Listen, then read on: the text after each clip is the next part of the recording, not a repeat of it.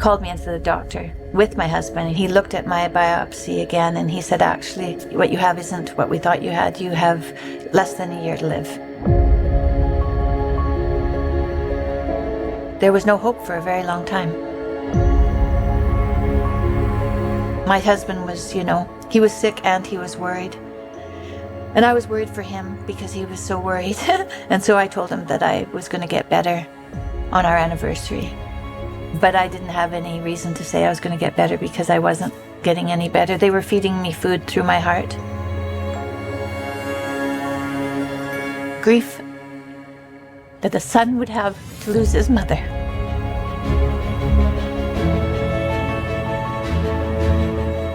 So, I learned that thing about my grandmother and my baptism since I was confirmed. I didn't know that before. So I'm starting to understand my history better now that I've been confirmed. God is showing me, He's showing me more about who I am and how I got here.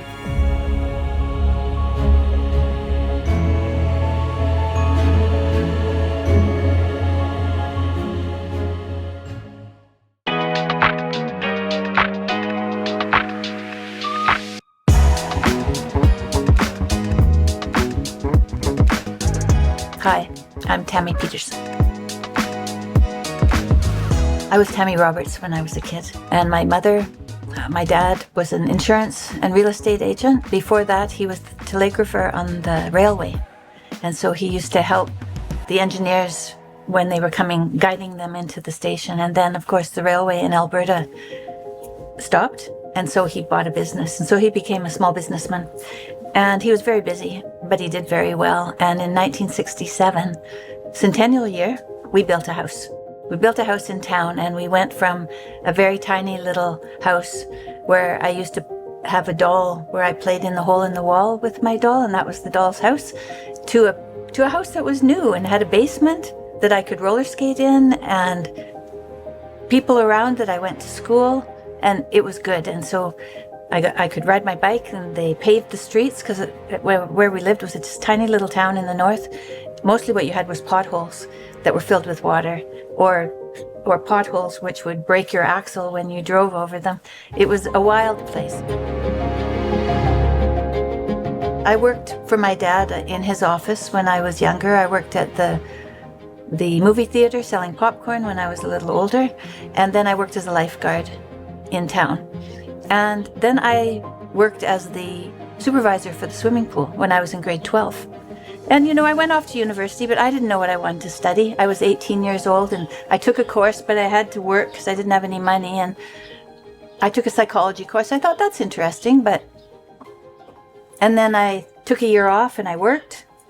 And then I moved to Ottawa.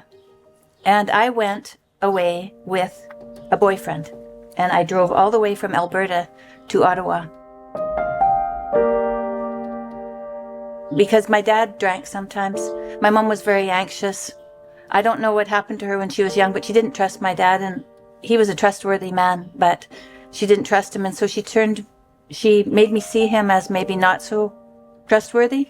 And when I left, I told them that I was never coming back.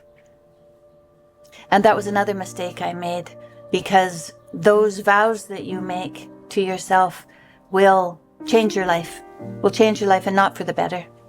And so I was making a number of errors. My family was a pretty good family, but I made my own mistakes. I left the church. I quit a job where I was in the right. And if I would have had God's help, I think I could have stayed in the job and had them change instead of me change. I wouldn't have given up, I think, so easily.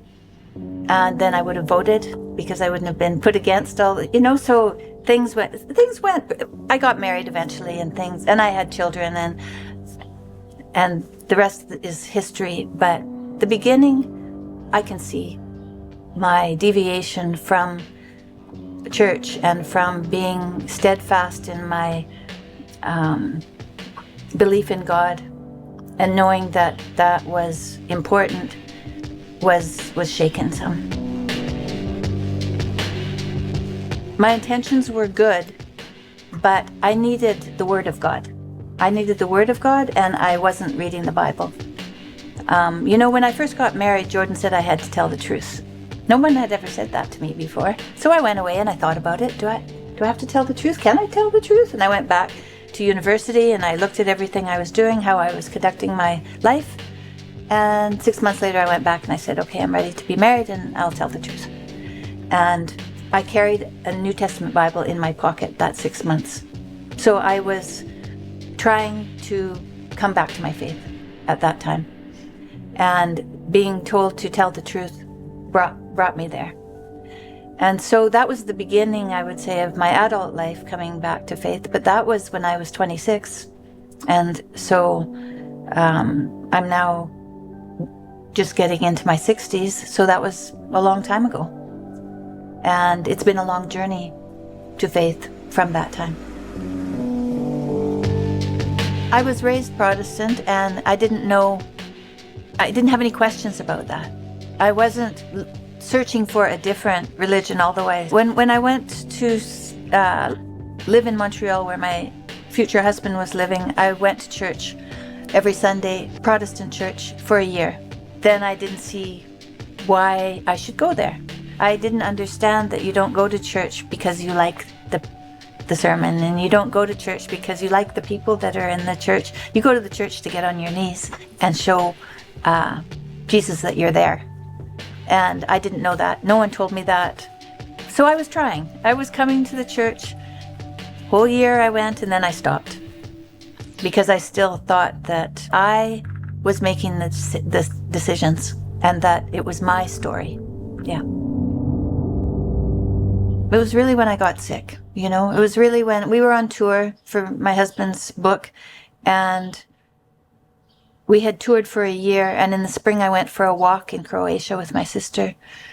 I had arthritis in my knees and in my hands, so I couldn't do up my buttons or walk up and down stairs. At January, I stopped eating everything but meat, and then I took all the inflammatory foods out, and I started being able to walk and to do things. And so I went to Croatia with my sister. And on the way home, I must have caught something, and I got home 2 weeks later. I had a terrible fever and terrible gastrointestinal trouble, and the fever went away, but I still had digestive troubles for weeks. And so I went to the doctor, and he told me I should probably have a parasite. And I thought, yeah, that's probably what it is. And so he checked for a parasite. It wasn't a parasite. So then he decided he would do an ultrasound of everything, and he saw a shadow on my left kidney. And I had to come home from the tour at a later date and do a biopsy to see what it was, and it was cancer. But they told me it was renal cell carcinoma, which grows 1 millimeter a year and doesn't kill anybody. And so I didn't have to get surgery right away whenever I wanted. And so I continued on tour until the end of the tour. But it was funny that year. I was praying. I was wondering what I was doing on tour with my husband. What am I doing here? Because I was working to make sure he got to the theater, that he was fed, that he had enough rest, that he got to the planes. I was doing all the logistics of but I was anonymous. No one knew me. I just sat in the crowd, and I was asking, what am I doing here? And that question just kept coming up. So at the end of that year, I went and I had surgery, and they took out half my kidney. And I was getting better. I was walking and everything. And then I got a pain in my back. And I told the doctor. And he looked at my biopsy again, and he said, actually, he called me into the doctor with my husband. He said, actually, what you have isn't what we thought you had. You have less than a year to live. And I thought, well, my mom is gone. All my mom's family is gone. Maybe I have the same genetics as them, so maybe that's the way it is. And I went home, and my son lived on the corner. He doesn't live there anymore, but he lived on the corner, and I went to tell him, and he came outside, and I said, I went to the doctor, and we got bad news. I don't have much time left. And we'd been through all of this already. I said, I don't think I have 10 months left to live. And I looked at him while I told him that, and I saw grief in his eyes. That was grief that the son would have to lose his mother. I saw it from his point of view, you know? And when I saw it from his point of view, I thought, oh, I'm thinking about this wrong. This isn't about whether I can fight for my life or not. This is about whether I should fight for my life or not. And of course I should fight for my life, because here's my son here who is losing his mother. And at that moment, in that same moment, I felt my doubt and my cynicism that I had built up over the years lift off my shoulders. And I felt like I was filled with the Holy Spirit. And I said to my son, you know, the doctor has an opinion. It's an educated opinion. But he doesn't know when I'm going to die. Only God knows when I'm going to die. And so we will go forward like that with gratitude. And that was when my life changed, and I just started to focus on gratitude and doing the next right thing. I got my kidney removed and all my lymph removed, and that surgery went very well because the cancer had come into my lymph, so they had to take all the lymph too. There was no hope for a very long time.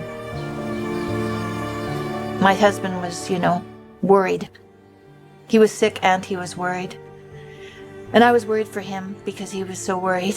And so I told him that I was going to get better on our anniversary. But I didn't have any reason to say I was going to get better because I wasn't getting any better. They were feeding me food through my heart. And I had an intravenous and then I had a bag to, so I was pretty hooked up to lots of things. I got an email from a woman named Queenie Yu. She's a Catholic. We knew each other. She'd come to the house when Jordan was first public, asking for his support to try to keep schools sane. And that's all I knew about her. She wasn't a friend or anything, but I think she followed us and she heard us in the hospital. And as a Catholic, she decided it was a kind gesture, so she brought me a rosary. So she had a rosary, and she brought me a rosary, and she brought me a picture of Mother Mary and baby Jesus, Asian, because she was Asian. And so she gave me this rosary, and she said, this is blessed by the Pope. And I said, great, a rosary. And she thought, oh, you know what it is, like you've seen it before. And I said, yeah, I know what it is. I don't know how to pray it, but I know what it is. She said, well, I can teach you. I said, okay. And so we went down and she taught me the first mystery. And then she thought, I think I spoke to her, and we prayed for 2 hours, long time, because I was thinking about my family, and I'd been through a lot by then. So I was, praying. And she came back next day because there's another mystery. So she had to teach me that. So she came 4 days in a row to teach me all the mysteries. And by the time she'd come 4 days in a row and every day was like a 2 hour, she decided she couldn't stop. So she came every day at 10 in the morning for 5 weeks. While I was in the hospital, 5 weeks she gave me. Every day she came, and I looked forward to her coming because we would go to the atrium in the hospital where there was sunlight and trees and benches, and we could sit, and it was pleasant. And I could put my trust into the rosary. And so I really did. I put my trust into the rosary. And I can apply those mysteries to the ills of the world. I can apply them to my own fears and my own resentment and my own troubles in my life or my family. This was a crisis moment, but that there was hope for resolution, and that's what I believed in. I didn't know what the resolution would be like. And then for my husband as well, because he was suffering, and he had a lot of pain, which was very difficult, and he also felt that he was a burden. I never felt that I was a burden for some reason. I know that it was difficult for everyone, but I was busy praying. I was busy praying. I was busy. Every time they would send me for a scan, I would just pray Our Father. I would pray Our Father through the entire scan, and I could endure the pain. It didn't really, I knew it was there, but I would not stop praying.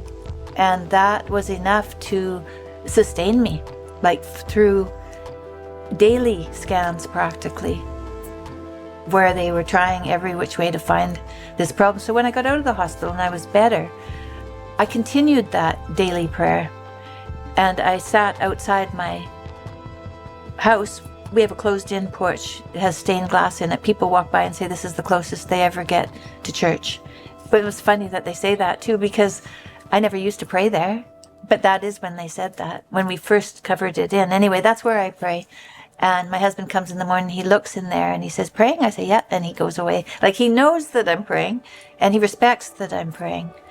And he knows that the prayers bring me peace. And so when I stop praying and I come into the house, I'm peaceful. I'm peaceful, and I know that God will send me challenges that day, and I'm ready. I'm ready to receive whatever it is that... And he still supports me. He supports my entry into the church. He supports my entry into the Catholic Church.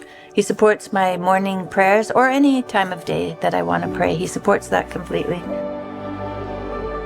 Where he is in his faith, I think he's in, when his mom died, my husband was very accepting and wanted to think about the positive memories that he had with his mom, and he was grateful for all the time that they've spent together. And that's what he went right to gratitude. So he's an intellectual, so he has a different relationship than I do with God, and I don't really completely understand his relationship. But boy, I think that first year that I traveled with him helped me come to God, because he was explaining the Bible. And when I had my experience, I think that maybe some of that instruction was helpful. After I became confirmed, that was a beautiful day. It was a beautiful night. Jordan was with me, and that's how I got through my confirmation. I just went through the doors as they opened. It was a good community experience to be with everyone in the congregation, and because it was Easter, there were many, many people there. The church was full, and I had friends there, and I received gifts, and I know people. It's a family. It's a very large family, and you have to have community. We can't live alone. We can't make the difficult decisions without God, but we also can't isolate ourselves from other people and not share our woes with someone that we can trust. So we need to find people that have the same values that we do and trust them, because God hears us when we speak together in his name, and that can make things move. And so I think it was the community of the Catholic Church that I knew I was becoming a part of, and that was good. I've learned things. I learned that thing about my grandmother and my baptism since I was confirmed. I didn't know that before. So I'm starting to understand my history better now that I've been confirmed. God is showing me, he's showing me more about who I am and how I got here. And so that's been very interesting. My mom's mom was Catholic. She left the Catholic faith when she was a young woman.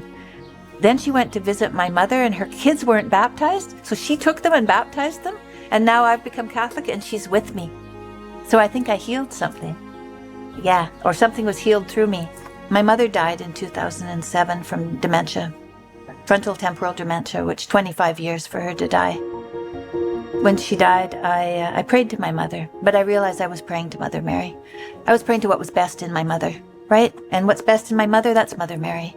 What's best in every woman, that's Mother Mary. And so I was praying to my mother to intervene and help my daughter.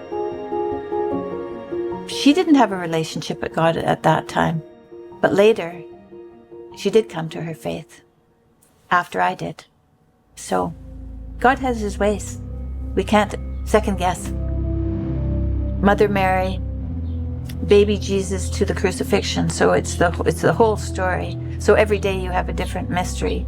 And within each rosary there are stanzas as well. So during a day when you're praying the joyful mystery, say, that's when Mother Mary is visited by the angel and submits to the will of God and is pregnant with baby Jesus. And so humility is, where you start with the joyful mystery.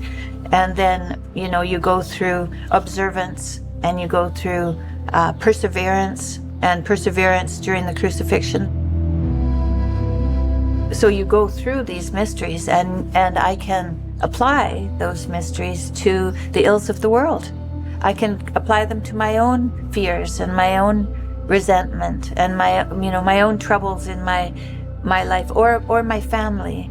I always pray for my family, but my father just passed away, so I can pray for all the departed. My sister's in a nursing home. I can pray for all the sick and people who are nearing death.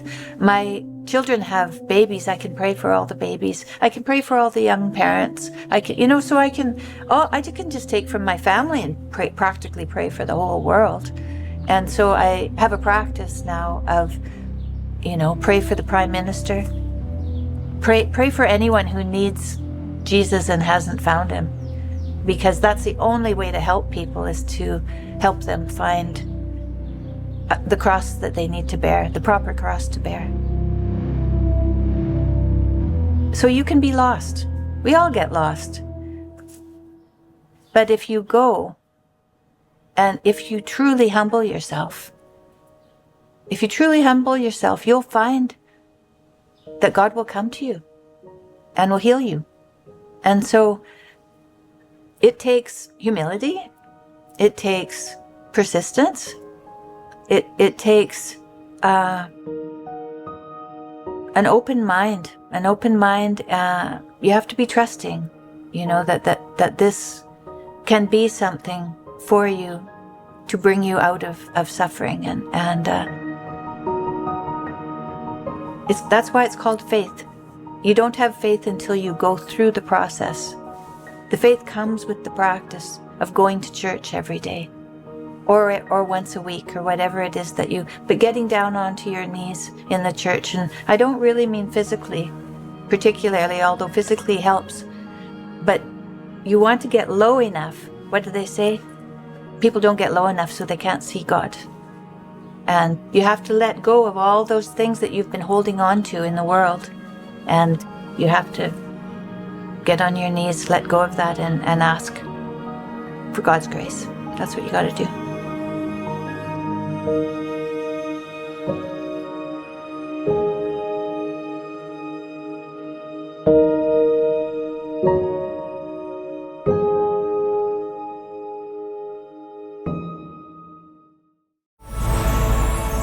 My name is Michael O'Neill, and I'm the Miracle Hunter. Today we're talking about the miraculous icons of Mary from around the world.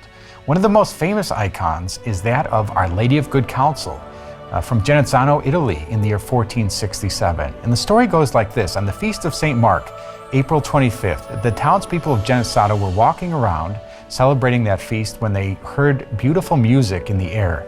And they looked up and they saw a white cloud descending. And when it descended, an image of Our Lady and a mother and child appeared in front of them, and they lifted it up and they took it into their church, and there it rests, as thin as an eggshell along the wall there, and they often pass a string along that image to show that it miraculously rests there against the wall. And in the year 1682, it was formally named as Our Lady of Good Counsel, and Pope Leo XIII later added that title, Our Lady of Good Counsel, to the Litany of Loreto, making it one of the most recognized titles of Mary around the world. And that was Our Lady of Good Counsel from Genazzano, Italy in the year 1467.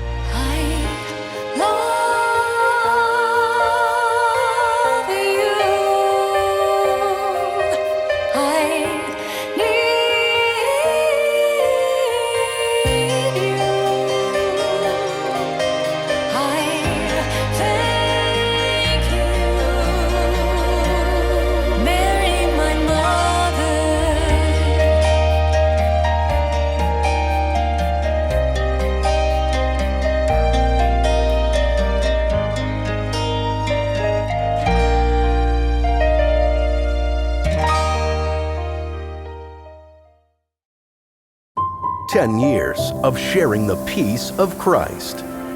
Shalom World, God's own channel.